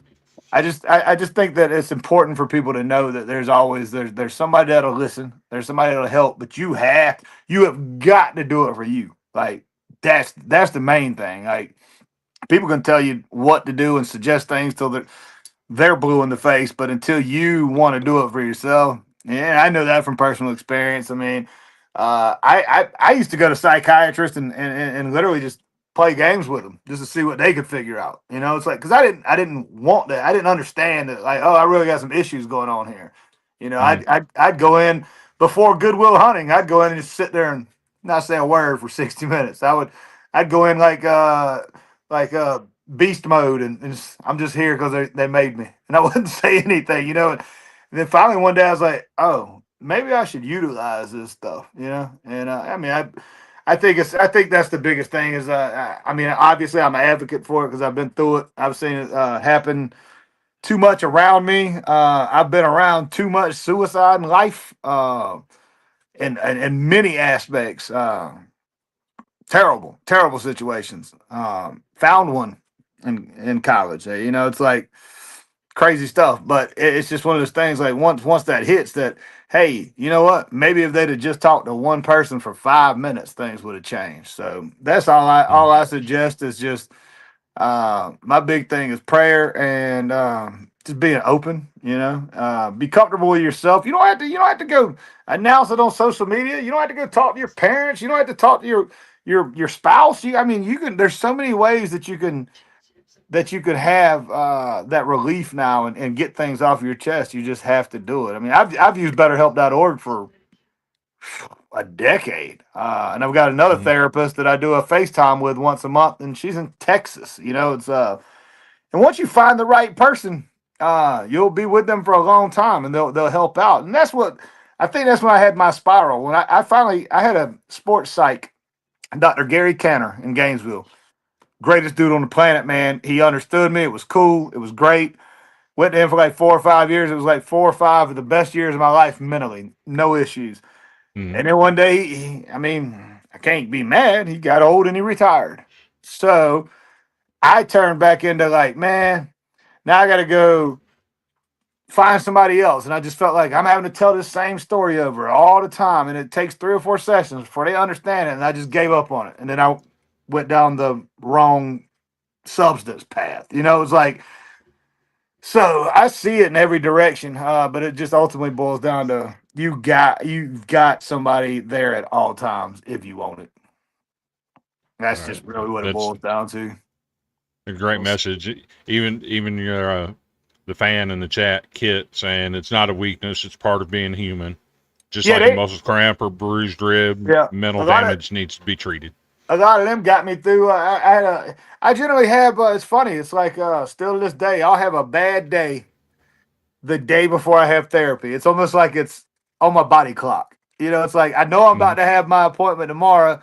So today I'm just gonna let everything bother me for no reason because it just does. It's like, Right. and I'd hit some of them the other day. I was like, hey, I'm having a bad day, man. Can y'all play this and y'all's chat this song, this particular song? I want everybody to hear it. And it was just one I'd done recently or whatever. And it's like just hearing that and just seeing the few people with the support, just like, oh, okay, cool, I'm good. And yeah, you can't be embarrassed by it because if you get to that point, when it's too late. Like that's just really, Hmm. really what it is. Man, yeah, yeah, it's That's a great message, man. I appreciate you sharing that. oh for sure, for Agreed. sure. I mean, if many people wouldn't have shared that with me, I wouldn't have been able to, do it myself. And like I said, unfortunately, I was around it a few times close. And one time in college, a buddy of mine and we walked in and found a buddy of ours' girlfriend, and it took years to just. Mm-hmm. It wasn't like blocking the image. It was the question, like, why did she do that? Why? And that was tough for a decade. We didn't even really know her that well. It was just his girlfriend, It's like, So yeah, you just never know what's going on inside of somebody, and that's the problem with a lot of people is try to diagnose and worry about other people, worry about your own mental health, and then talk to other people. Like, yes, sir. We were trying to figure out like what went wrong with them, what went wrong with them. When, I got stuff I need to be working on over here, So. Yeah, I know people see 1,000 of the commercials, and I know they got hit with a big what do you call the Aaron Brockovich type lawsuit, class action suit a few years ago because information got leaked, and it was a hack deal where people had gotten email addresses and whatnot, whatever. So they took I was like, has nothing to do with the counselors and the therapists and all of that. It was just their website got hacked by some piece of trash out there. That's what they do. But I'm a big proponent of telling people, hey, BetterHelp.org is it's a great spot because if it's inexpensive. They'll work around your budget. There's no hard feelings. If you don't feel like you got a good click with the first therapist, you just push a button and they'll find you another one until you get it right. And that's what I've done, and I know several people have done the same. And I would steer people in that direction first. And that's really about it. Okay. You got anything else, Cody? Man, I don't. I honestly, I just like hearing you talk. I ain't even gonna lie. Just love his stories and so how good. easy he is to talk to. We're gonna have to do this more often. Hey, anytime, like I say, anytime. I'm generally Tuesday, and Wednesday. I'm generally wide open. After October, I'll be wide open on Thursday. But Thursdays, I'm generally hitting the road for the weekend, and then Sunday and Monday, I just kind of like to regroup and get my yard work done, and all that kind of stuff. But yeah, any Tuesday, Wednesday, I'm good. And then, y'all let me know, man. I'm Kid will tell you I'm not being like egotistical or any of that. I've got stories. I've been around some wild stuff, man. Like some crazy stories, and especially in my party days and things of that nature. So with some people that everybody would know that I had no right being with, like there's a bunch of them, man. There's some crazy. One of my favorites, and they talk about the Charleston Southern crew where I played. They talk about it a lot. So when I went there, I had 2 years eligibility left. I wanted a starting job the day I got there. So I was like, cool, whatever. And I was like, hey, man, it's in the fall and we're all in the dorms, which I understand because it's camp. We're all in the dorms, that's what they do during camp. I don't care where you're at. School's about to start. And I see a lot of people, they're finding their little houses and apartments, this, that, and the other. And I get this notice that, hey, it's school policy or it's team policy that for the first semester, no matter if you're a transfer or what, you have to live on campus. And I was like, no, bro. Like, I've already been the rookie. I went through that. I got off campus. Then I went and played a year of baseball in Florida, where I lived at, basically at the beach and like I'm not living in these. He's like, you got to, cool. You got to. I was like, okay. So they give me the keys to my dorm room. And I get there, it's on the 3rd floor. It was only 3 stories high. And I called my head coach, like, Coach Dowd. I was like, I don't know if y'all trying to play a joke or whatnot. I said, I can't even stay in this dorm room. There ain't even no furniture. He's like, really? Bro, I walked in there and every bit of furniture I threw off the balcony. I was like, I just threw it out in the courtyard. And that dorm room furniture is all particle board anyway. It just splattered everywhere. He rolls up and he's like, well, let me go talk to the dorm, the resident advisor. But I was like, no, there's the. He's like, oh, this is gonna be a problem. I was like, yeah. So he let me move off campus right out the gate. So I was like, yeah, I'm not gonna stay in the dorms, bro. I can't do it anymore. It's not that it wasn't fun living. It's like, man, what are you barking at? She never barks. it's not that it wasn't fun living or anything. It's just once you got to that level or that year in college, dude, those dorms are so loud and obnoxious. You can't sleep, you know. And I used to hate it in Cincinnati as a freshman because during the winters, you got 5 a.m. workouts. You got to be up at 4:30. You got jackasses all night long, every night of the week, coming in at 3:30 in the morning, making all kind of noise. You can't sleep. It's like, dude, it wasn't because it wasn't fun. It was like when we had to do things, it was terrible. So, yeah, I was like, bro, I'm not staying on campus. So I just threw all the furniture off the balcony and that was the way to go. And then that's when I ended up living on the porch with an alligator right after that. So that's that's how that whole thing derived. But yeah, y'all let me know, man. I'm down anytime. All right, we Sounds definitely good. will. I Yeah, look for forward sure. to it. For sure, for Well, sure. Well, with that said, thank you for coming on tonight. Heck Definitely yeah, enjoyed it as for always. sure. 1000% going to have you back on. I sent you my number, by the way, so you can send me Yeah, your book. I'll And send that over. I'll send heck that. yeah.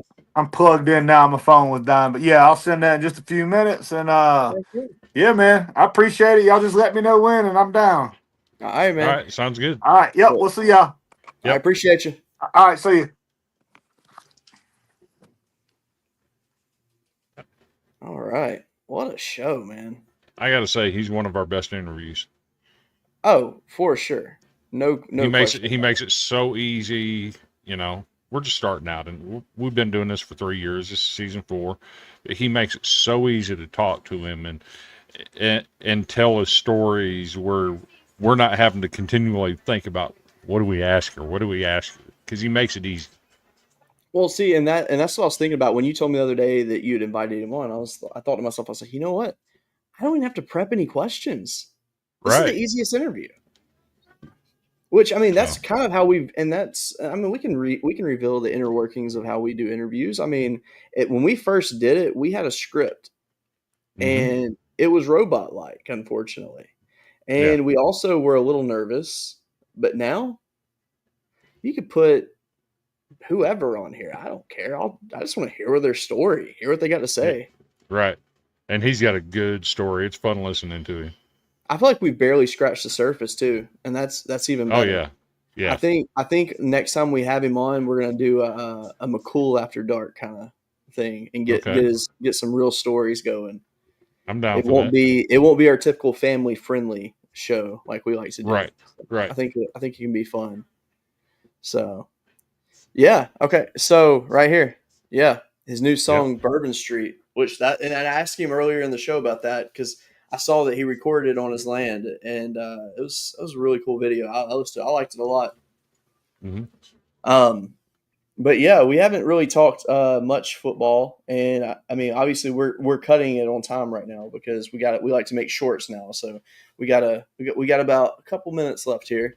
But Uh-huh. there's some things that have been coming out lately, and the first one I want to share with you is JD Pickle from On Three.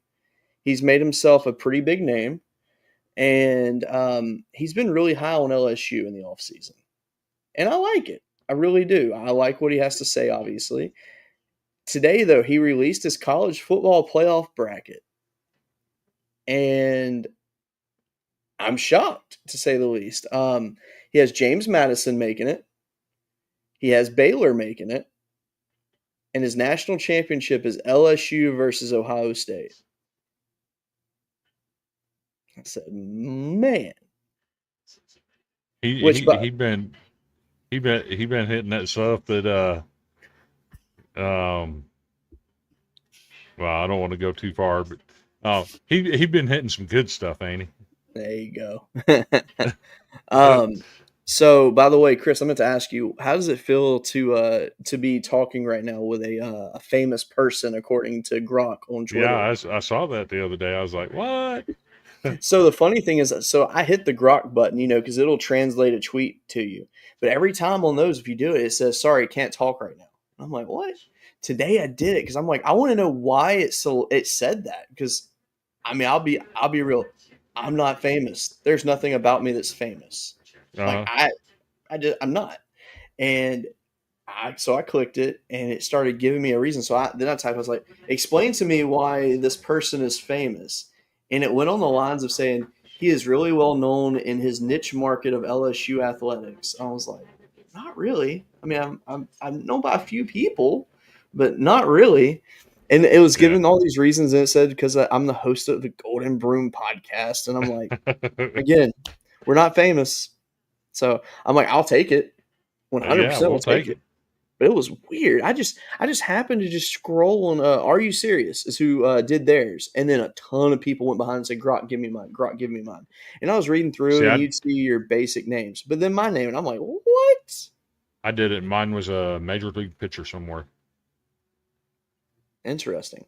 And I'm Yeah. wondering too, though, I wouldn't be surprised. So I did it for mine and it said Brandon Walker. And I'm like, I can see that because I've had interactions with him plenty of times,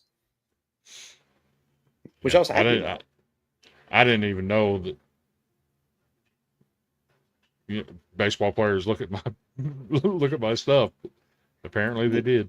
The Elon Musk one made me laugh, though. I'm not going to lie. Yes. I was like, On the Golden Broom yeah, I was like, on the Golden oh, Broom podcast, the most famous person was Elon Musk. I was like, okay, we made it. there you go. But no, so what I was doing though is I went to like a few different sports page ones just to see like what it would say for other users on there, and I was looking for your name. I was waiting on it. I was waiting on it to pop up. Really? I was like, it's coming. It's coming. I never could find one, so I was disappointed in that. Because I'm not But famous. you're just as famous as I am, if not more. No. So So I was like, all right. But it made, I'm not gonna lie, it did make me feel pretty good. Right. So first of all, I want to say shout out Coach Prime on, defeating cancer. That is huge. I genuinely thought he was hanging it up. Yeah. Well, And I I think didn't think he was. I didn't think he was going to hang it up. As was mentioned in another chat that we're in, he just did media days last week. Yep. So I was kind of along the lines that he's in the coach from the booth, Yeah. and that still may happen. Absolutely. And I mean, Given without a bladder, given that situation, I don't see how he can do it on the sidelines. I think he's going to have to coach in the booth. yeah, I'll be honest with you. I think this is probably his last season. I don't see, I just don't see with his health. And I think he wants to watch his boys play in the league. I think he's going to be very family oriented. I just don't, and that's not to say that his time on earth is coming to an end or anything. I mean, Yeah. but I think that he, I mean, for God's sakes, he made a will a few months ago because of all of this. I mean, I think he's gonna, I think he sees the bigger picture, and I mean, I'm sure he'll go see his sons play in the NFL. I mean, there's not a question about it. Well, But I think, the other one, I mean, he's there, and that's about it. But no, I think he'll definitely put family first going forward. Which I'm not saying that he never did. I mean, he was always a big family guy, but I just hate hearing that, especially because the reports are coming out that he was stepping down. Yeah, and that's why I messaged you like, "Whoa, you called this like months before anyone even knew when he first took the job, I called it. Yeah, He'll coach 2 years. When his kids ain't there, he's going to retire for health reasons. Yeah, and that's what it seemed like. But I think it was smart for him to do that kind of a press conference, though. I mean, because think about it, I mean, coaches do press conferences anyway. Yeah. I think that topic needed to be talked about, and I'm happy to see him continue. I am. I think he's a good coach. I mean, a lot of people throw some slack his way because I mean he's cocky. Let's be real, he is. But at the end of the day, I mean, in his time coaching, he produced a Heisman Trophy winner. He's pulled in 5-star recruits to Colorado. I mean, he literally built Jackson State from the ground up when he was there and did fantastic. And now at Colorado, I mean, the 2 seasons he's been there, I mean, he hadn't had a stellar record, but it's better than what they had the 2 years before. So, I mean, I think he's done an outstanding job. He's brought attention back to Colorado and generated good money for them. And that's the point of it in this day and age. So nothing but respect for the man. Yeah. Now, obviously, Colorado is not a powerhouse, even though They're there was not some going to be hype. good this year. Huh? They're not going to be good this year. Yeah, I don't think they'll be. I don't think this year's team will be anything like they were last year, which is still not saying a lot. But when you lose pretty much your team, essentially, it's not much you can do. Yeah. Now, don't get me wrong; they have some great guys coming in. They do, and they will win some games they probably shouldn't this year. But I don't see them being a playoff threat or anything like that. Nope. Nah. Yeah. But yeah, we're getting closer, man. I think Yep. I think by us doing a show 32 tonight. days. Yep. So we'll see what your thoughts are on this. But since we did a show tonight, I say let's not do anything on Friday except record, Okay. and let's get our preseason stuff ready so we can start researching that. Mm-hmm. And that'll be fun. We can go ahead and start releasing those and get some attention on that. I think it'll be a lot of fun. Mm-hmm. But man, I still can't get over that interview. That was fun. I really liked always hearing his enjoy having stuff him about on. mental health. That was Yes. really cool. Which I have an idea for his food truck if he's still watching. I really think he needs to incorporate an alligator dish. So, walk-ons a few years ago, they had this item on their menu. It's called a gator wrap, and it was it was blackened gator, and it was so good. He's got to have the J Coop special. Exactly, and that could be it. It could be like Bingo. an alligator quesadilla. Called it. Because when he An started saying like alligator quesadilla. There you Creole go. and Cajun, I was like, yeah. Yep. But it was so good, man. That was the A best gator thing ever. quesadilla. Call it the J Coop. I mean, it was good. I don't even know what all was on this thing, but it was like caramelized onions and all kinds of goodies. And I think some boudin might have been on it as well. And I'd get that with some cheese grits. Oh, man. Mm-hmm. Man, it sounds so good right now. But they took it off the menu. Breaks my heart. Always. So now I don't take eat their good stuff off. And they changed their grit recipe, so it's not even the same anymore. So I'm like, I don't even eat walk-ons anymore because of that. So Fair. Well, it is. You ready to call it? Let's do it, man. Well, everybody, thank y'all so much for watching. Get ready to see Love some the good. comments. Love the I know, comments. agreed, man. We had so many tonight. It was awesome. I hate that I missed half of them at first. So if you commented tonight and we didn't get to your comment, many apologies on that. But we appreciate you watching tonight. Had some good views. I look forward to seeing what the total ends up being on this because we had a solid amount in here tonight. So it was a good show. So that being said, we'll see you next week. I don't know what our recording schedule is going to be going forward. We say Fridays, but who are we kidding? We may do 2 shows. We may do 3. We don't know. Yeah. We'll just do what we want. Yeah. I mean, pretty Why much. not? So. All right. Well, that being said, thank you for watching. Be sure to go check out our sponsor, Chinook Seedery, ChinookSeedery.com. Get you some seeds. Use promo code Golden Broom for 10% off your purchase. Best seeds ever. I was at a Love's truck stop the other day. Saw Chinook Seedery in there. Very excited.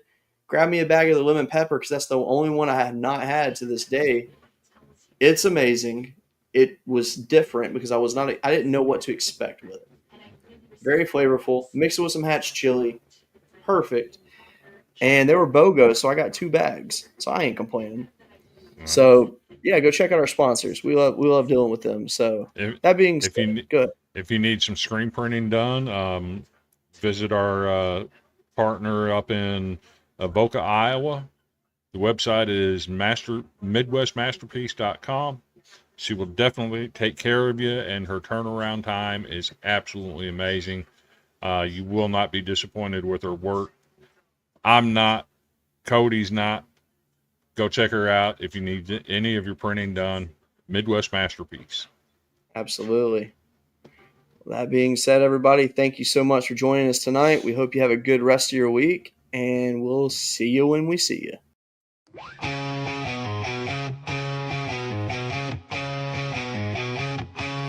On the diamond